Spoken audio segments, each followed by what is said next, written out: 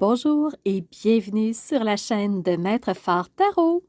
Ici Nancy qui vous accueille pour une toute nouvelle vidéo d'analyse astrologique en lien avec cette prochaine lunaison qui sera une nouvelle lune. Elle sera au-dessus de nos têtes le 10 mars 2024 à 5 heures, heure de Québec. Si vous êtes plutôt sur le fuseau horaire parisien, elle aura lieu à 11 heures, heure de Paris. Alors, cette nouvelle lune, c'est une conjonction Soleil-Lune. Donc, les deux sont rassemblés ensemble sur le même degré d'orbe, le même nombre de minutes dans un signe commun. Alors, Soleil et Lune sont toutes deux à 20 degrés, 17 minutes dans le signe du Poisson. Le Poisson, c'est un signe d'eau, c'est un signe humaniste, vraiment tourné vers la collectivité, vers le bien, euh, le bien de tous pour l'amélioration, l'évolution humaine. Alors, c'est un signe grandiose, c'est un signe qui vraiment cherche à amener l'humanité plus loin.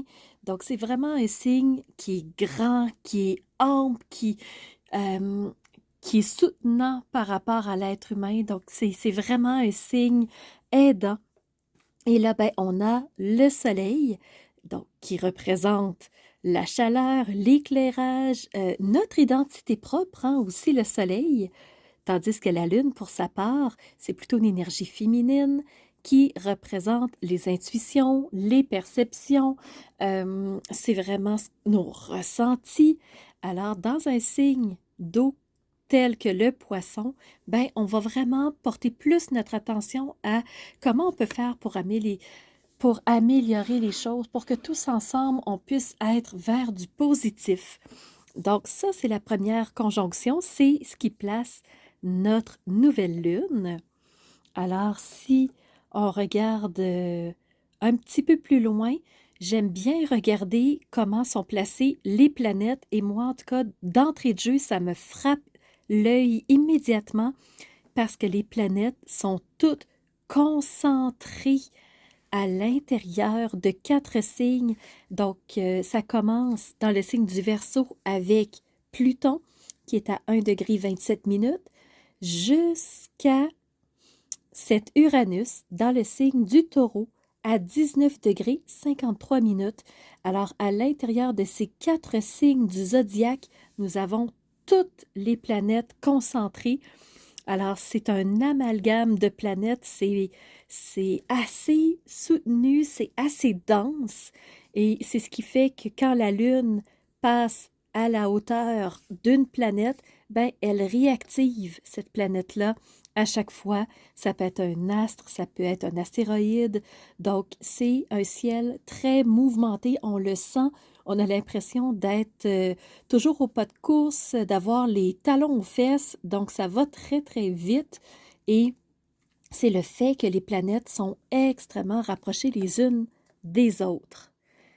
Alors ça, c'est la première chose qui me frappe. Donc, ciel condensé dans un corps de roue zodiacale. Donc, c'est très peu dire. Donc, c'est dense, vraiment. Je vais regarder à présent les conjonctions, donc les astres, planètes qui sont très proches les uns des autres et qui forment ce que moi j'appelle un travail d'équipe. Donc, certes, on a la Lune et le Soleil en conjonction, c'est normal, c'est le phénomène de nouvelle Lune. C'est ce qui fait que la Lune est nullement éclairée par le Soleil. On sait qu'elle est là, qu'elle existe, mais elle est invisible à nos yeux. Donc, c'est le phénomène de nouvelle lune. Un autre travail d'équipe, en parenthèse, que je pourrais dire, c'est Neptune juste à côté de la Lune qui forme une deuxième conjonction. Neptune représente tout ce qui est vraiment imaginaire, créativité, vraiment de visualiser quelque chose quand on a un projet, on l'a dans la tête et là on se l'imagine. Ben, c'est Neptune qui nous fait visualiser les choses. Et Neptune est toujours dans le signe du Poisson. Donc, Neptune et la Lune font travail d'équipe. Donc, tout cet imaginaire-là qui va en plus s'allier avec les intuitions, les ressentis, les perceptions. Donc, imaginez l'impact que ça aura pendant cette nouvelle lune. Une troisième conjonction, c'est Neptune qui vient s'allier de son autre côté, si vous voulez, avec Mercure. Donc, Mercure est trop loin de la Lune pour faire conjonction, quoique ça fait un petit peu trop, parce que de 20 à 30, on a 10 degrés, ça passe. Mais là, on a un degré supplémentaire, 11 degrés, c'est un peu trop. Donc, seulement Neptune et Mercure qui s'allient ensemble dans une troisième conjonction.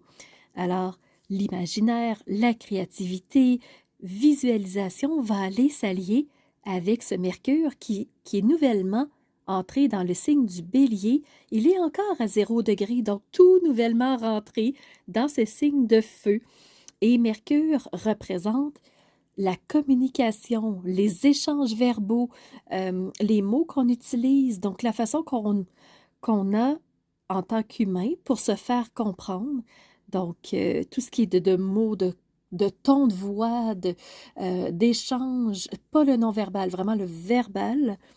Mais Mercure représente aussi la curiosité intellectuelle. On veut en apprendre plein, plein, plein sur différents sujets. Ça peut nous amener à faire des formations, à approfondir un sujet, à vouloir s'informer sur quelque chose. Donc, c'est très possible. Et en même temps, en s'informant, ben, ça peut déclencher notre côté imaginaire qu'est la planète Neptune en conjonction avec Mercure. Une quatrième conjonction, c'est ce nœud lunaire à 15 degrés, nœud lunaire nord dans le signe du Bélier, et Chiron à 17 degrés, 43 minutes. Alors, Chiron, ben, c'est le médecin du ciel. Le nœud lunaire nord, c'est cette nouvelle direction qu'on emprunte. Toutes deux sont dans le deuxième décan d'un signe de feu qui est le Bélier. Alors vraiment, on est poussé à avancer, on est poussé à régler des choses, à guérir des trucs qui nous ont peut-être blessés, à vraiment passer par-dessus des situations inconfortables, voire douloureuses. Donc, on en est encore là-dedans à régler des choses et c'est correct, ça fait partie de l'évolution. C'est normal aussi, quand on va passer par-dessus tout ça, ben après, on est capable d'avancer, on est capable d'aller plus loin. Et c'est là où le poisson et notre nouvelle lune vont rentrer en action. Ils vont pouvoir nous aider à avancer et faire un pas de plus en tant qu'humanité quand même. Qu'est-ce que je pourrais vous dire davantage? Donc, on a regardé les conjonctions, où sont placées les planètes. Ben, je crois qu'on est rendu maintenant aux aspects. Alors, il y a deux aspects qui viennent me frapper quand je regarde. Il y a des formes astrologiques. Donc, une première qu'on appelle dissonante, qui va venir nous amener un défi pendant cette nouvelle lune-là. Je vais m'attarder tout d'abord au défi. Et ensuite, je vais regarder la forme astrologique positive qui va venir nous soutenir pendant cette nouvelle lune. Alors, commençons par le T carré que l'on voit apparaître à l'écran. Alors, le T carré fait intervenir 3 acteurs, alors 2 planètes et un positionnement astrologique, si je pourrais dire. Je m'explique davantage. Alors, on fait intervenir premièrement Mars, qui est à la pointe du T carré. Si on descend un peu plus bas, qu'on suit une ligne carrée, on va arriver à Uranus dans le signe du Taureau, signe de terre. Mars, pour sa part, est dans un signe d'air, le Verseau. Donc, entre Mars et Uranus, on a un carré. Donc, on a un défi. Ça veut dire que Mars, qui représente l'action, l'avancée, le mouvement, et Uranus, qui représente le changement, les surprises, l'évolution, la transformation, bien là, on a un défi entre les deux. Alors, c'est comme si, oui, on veut se transformer, oui, on veut avancer, mais il y a quelque chose qui coince. Et là où ça s'explique, je pense que c'est avec le troisième acteur de cet écarré-là, qui se trouve à être le milieu du ciel. Alors, si on suit la ligne d'opposition entre Uranus, c'est la ligne rouge, entre Uranus et le milieu du ciel, juste ici, ce qu'on voit, ben, c'est le positionnement du milieu du ciel. Et qu'est-ce que c'est le milieu du ciel? Ben, c'est là où on a vraiment tout notre rayonnement au niveau collectif, quand on est en public, quand on est devant les autres. Le milieu du ciel, c'est vraiment tout notre côté, vraiment d'être au travers des autres, d'être dans le milieu public, d'être vu, d'être entendu, d'être en communauté, si vous voulez. Alors, c'est comme s'il y avait quelque chose qui nous bloquait dans notre évolution, notre changement à titre de collectif.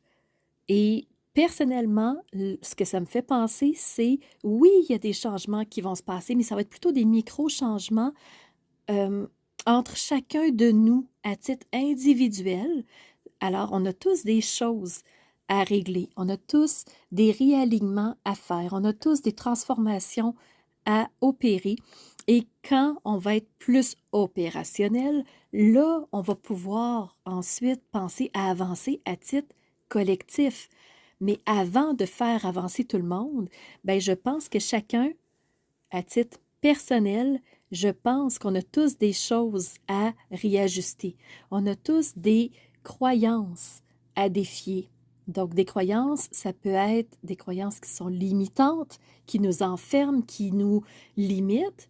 Ça peut aussi être des croyances dynamisantes, qui nous supportent, qui nous propulsent. Mais si c'est des croyances limitantes, ben ça va nous restreindre dans nos actions, dans nos comportements, dans nos façons de faire. Et si on se laisse envahir par nos croyances, ben on ne peut pas agir à titre collectif.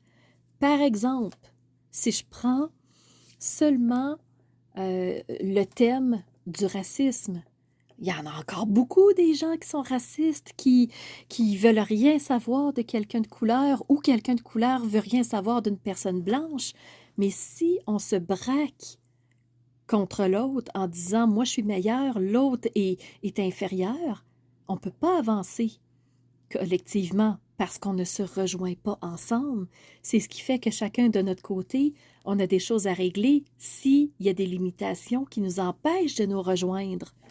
Même chose avec la religion. La religion, souvent c'est enfermant. On prend pour notre clan, mais on reste dans notre bulle, notre petite communauté, mais on ne veut pas ressortir. Ben, tant qu'on va être chacun dans nos façons de voir, nos petites pantoufles, on ne pourra pas s'allier avec l'autre.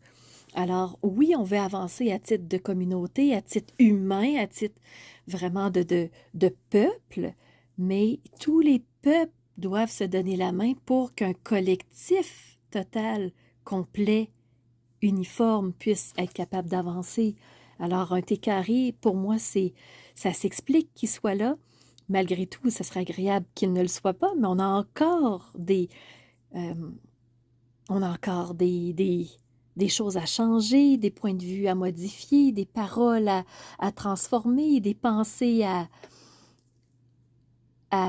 transformer, à remplacer aussi, fait qu'on a des choses à faire encore. Qu'est-ce qui va nous porter pendant cette nouvelle lune? Ben, c'est le triangle mineur, donc les deux sextiles rejoints par un trigone. Donc, on voit que le triangle mineur se déforme un petit peu. C'est comme s'il y avait deux triangles en un. Ce qui veut dire que, encore une fois, on a le milieu du ciel qui vient faire intervenir, cette fois-ci, deux acteurs. Et c'est là où on a comme un dédoublement de, euh, de triangle. Alors, on a le sextile milieu du ciel qui vient rejoindre l'ascendant. Donc, le milieu du ciel, c'est vraiment notre part collective quand on est vraiment au travers du monde, comment on va réagir, comment on va se présenter. Mais notre ascendant, c'est qui nous sommes au plus profond de nous. Alors, si on agit de façon honnête, de façon intègre entre qui nous sommes quand on est seul et qui nous sommes quand on est en groupe, ben là, le sextile va être porteur. Et ça, c'est un beau défi qu'on a. Et de plus en plus, je pense qu'on s'allège là-dessus. Je pense qu'on fait beaucoup de travail au niveau individuel de s'allier avec qui nous sommes vraiment. Il y a beaucoup, beaucoup, beaucoup, en tout cas, d'énergie qui nous pousse à ça. Il y a beaucoup de transformation et je suis certaine que chacun pourrait m'en parler en long et en large. L'ascendant vient rejoindre par la suite Mercure. Mercure, cette planète de la communication, mais vient aussi rejoindre Neptune parce que c'est deux triangles mineurs. Alors l'ascendant, lui, vient rejoindre Neptune. Neptune, l'imagination, la créativité, la visualisation de ce qu'on veut pour après être capable de le mettre dans la matière. Et Neptune vient rejoindre le milieu du ciel en trigone. Alors, tout ce que je veux, tout ce que j'ai imaginé à titre personnel, je le rejoins et on se rassemble. Tous ceux qui ont des visions similaires à moi, on va se rassembler et de plus en plus le groupe va grossir et de plus en plus on va se retrouver à être un collectif fort. Et c'est ce qu'on voit avec les agriculteurs. Ils se rejoignent dans un collectif. Donc, chacun a une pensée, a un désir brûlant, a vraiment quelque chose qui le porte et c'est commun avec les autres agriculteurs qui se rejoignent et qui portent un flambeau ensemble, qui portent une cause. Et en même temps, ce triangle mineur-là vient faire intervenir, quand il est dédoublé, c'est comme le deuxième triangle mineur en fait, milieu du ciel, va aller rejoindre Pluton. Pluton, c'est la planète de la désintégration. On fait tomber les structures qui n'ont plus lieu d'être. On enlève ce qui est désuet, on reprend les pièces qui sont encore bonnes et on va créer ensuite quelque chose de beaucoup plus stable. Alors Pluton, c'est ça son rôle. C'est celui qu'on appelle le grand destructeur. C'est pour ça. Pluton, ensuite, en sextile, il va aller rejoindre Mercure. Donc, quand les structures sont tombées, on peut mettre en mots ce qui ne nous convenait plus et ce qu'on veut en faire par la suite. Et Mercure, trigone, ligne directe avec le milieu du ciel. Alors, faire entendre notre cause, dire vraiment ce qu'on souhaite et ne pas le porter seul à bout de bras. Au contraire, on se rejoint, on est beaucoup plus fort quand on est tout le monde ensemble. Alors, voyez-vous un peu les énergies, comment ça se place, comment ça va prendre place. Et il y aurait encore beaucoup à dire. Vous voyez énormément d'autres lignes, mais ça ne me sert à rien de tout raconter. On va y aller avec les priorités. Et pour ce soir, je vais m'arrêter ici. Alors, j'espère que l'analyse astrologique vous a plu. Je vous remercie d'avoir été présent. Je remercie ceux qui prennent le temps de mettre des commentaires. Ça me fait tellement plaisir de vous lire et de dire « Oh, il y a quelqu'un qui m'a laissé un commentaire. » Ça me fait tellement chaud au cœur. Merci de liker aussi pour me montrer que vous avez aimé parce que dans mes vidéos, je remarque que 80% des gens ne sont pas abonnés.